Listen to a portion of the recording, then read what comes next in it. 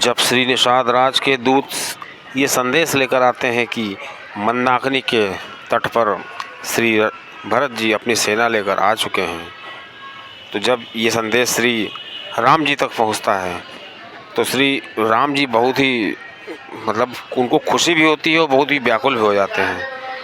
अब श्री राम जी ये सोच रहे होते हैं, उनकी व्याकुलता का कारण होता है कि कहीं भरत जी हमसे अयोध्या जाने के लिए न कह दें, क्योंकि मैंने आज तक कभी भी भरत जी को ना नहीं कहा है। ऐसा माना जाता है कि बचपन में जब श्री भरत जी और श्री राम जी खेला करते थे तो अक्सर श्री राम जी उनको अपने अपोजिट पार्टी में रखते थे। तो जब लोग पूछते थे, वो भरत जी पूछते थे कि भैया मैं आपको बहुत प्रेम करता हूँ, फिर भी आप हमको अपने विरोधी दल में रखते हैं, तो श्री राम जी कहते थे मैं चाहता हूँ कि हम दोनों जब आप विरोधी पार्टी में रहेंगे तो एक दूसरे को देखते रहेंगे। और इस प्रकार भरत जी ने भी कहा कि मैंने आज तक अपने भाई श्री राम को पूरी नज़र से देखा ही नहीं है। अब दोस्तों, इसी प्रकार जब श्री राम जी हारने लगते थे, वो श्री राम जी जीतने लगते थे, भरत हारने लगते थे, तो श्री राम जी जानबूझकर हार जाते थे कि मेरा भाई भरत जीत जाए। और जब भरत जीत जाते थे तो वो पूरी अयोध्या में जा कर के कहते थे कि देखो आज मेरा भाई भरत हमसे जीत गया है। वही सीन याद आ रहा है जब श्री राम जी सुनते हैं कि भरत आ गए हैं।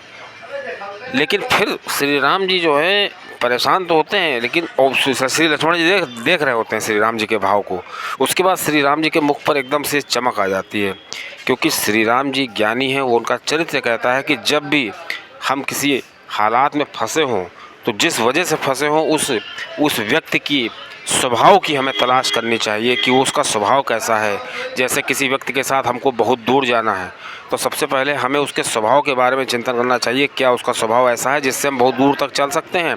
जब श्री राम जी ने भरत जी के स्वभाव का चिंतन किया तो उनको लगा कि भरत तो ऐसा नहीं है, भरत से हम जो कहेंगे वही करेगा, तो श्री राम जी फिर उसी तरह हो जाते हैं। लेकिन लक्ष्मण जी समझ जाते हैं कि मेरे भैया के चेहरे पर पहले जो भाव थे वो बहुत शोक के थे, बहुत चिंता के थे।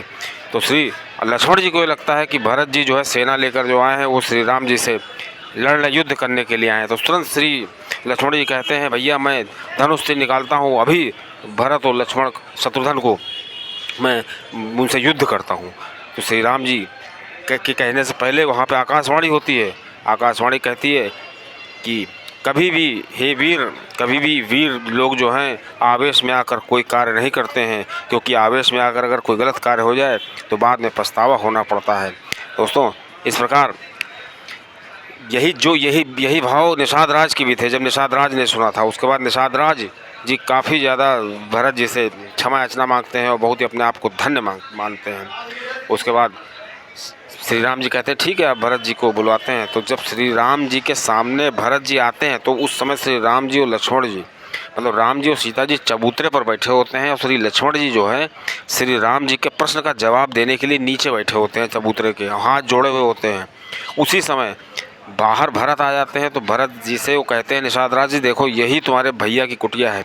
जैसे ही भरत जी सुनते हैं, बताते हैं श्री राम जी, तुरंत श्री भरत जी ने हाथ ऊपर किए और वो खड़े खड़े जैसे कोई लाठी गिरती है उसी तरह वो गिर गए और वो धरती से उठ नहीं रहे हैं। अब भाव देखिए, इधर तो श्री राम जी का प्रश्न का उत्तर श्री लक्ष्मण जी देने जा रहे हैं और चूँकि प्रश्न का उत्तर पूरा हुआ नहीं है और लक्ष्मण जी उधर गिर पड़े हैं।